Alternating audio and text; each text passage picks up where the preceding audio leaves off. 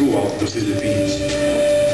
Japanese tourists happily find accommodations, restaurants, karaoke bars and nightclubs made to order for their tastes and customs,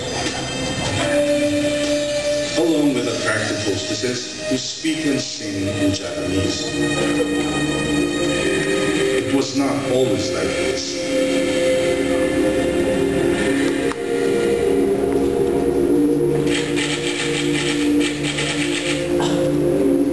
This place stirs my emotions. 60 years ago, the people who lived here were being massacred by Japanese troops. Wantonly and even laughing, Japanese soldiers were burning houses and shooting or stabbing those who fled the fires. These confused and terrified neighbors were also being shelled by both American and Japanese artillery. Right here where I am walking, February 1945, was living hell. Japanese armed forces invaded the Philippines in 1941. They claimed to be liberating the Filipinos, kicking out the Americans and establishing a co-prosperity sphere that was designed to develop Asia for the Asians. The Philippines as a country and the Filipinos as individuals did not buy into this propaganda. Eventually, they earned the disgust and hatred of the Japanese. I think the early Japanese propaganda at the start of the war was not very successful for many reasons. First, the Japanese propaganda was very crude, hard to understand, that people just laughed at them. There was a very popular one, I say a very common one, which showed a Filipino and a Japanese together, and the Japanese was lighting a cigarette with the Filipino, and it just didn't reflect what was going on. So it wasn't truthful to what Filipinos understood. When the war comes, Here and the rest of the Manila production in cooperation with the Department of History in all colleges and universities who are actively participating in promoting all educational historical books and documentaries. Of course, headed by our one of the most respected historians of our time, Dr. Rico Jose, UP Diliman. Can we give a and his wife is also with us, Dr. Lydia Jose, who is from Ateneo.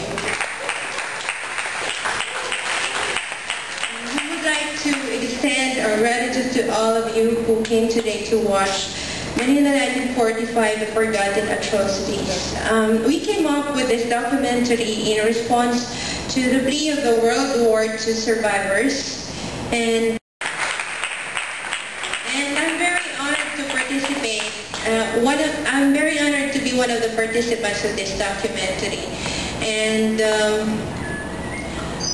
I would like to acknowledge also the presence of the young fellows who helped in the graphic arts design. They're from Jesus Infant Academy, Jemima, Kristen, and Guillermo is there, young, talented.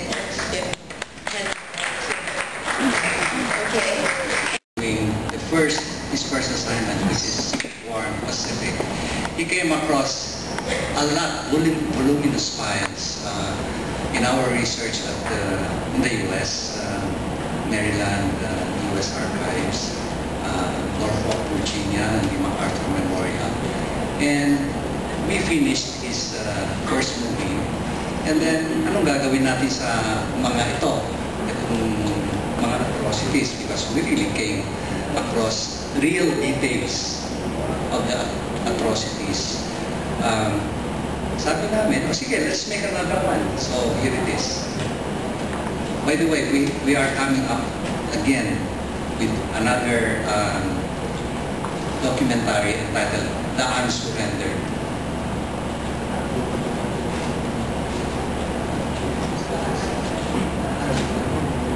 The Unsurrendered simply because when Wainwright nag-surrender na sa Bataan naman, Korea, maraming nagsialisan na went to the mountains and they were the guerrillas.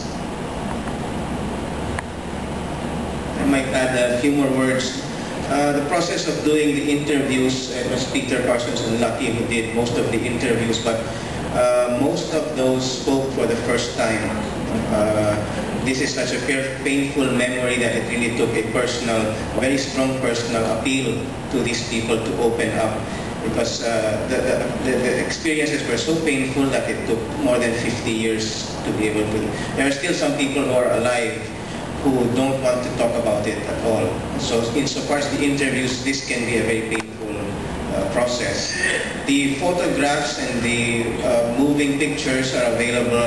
The U.S. National Archives has a lot of them. There are bits and pieces here. Some are actually available on the web, but it does take quite some time to research. So for them it took 10 years, but there's a lot more time that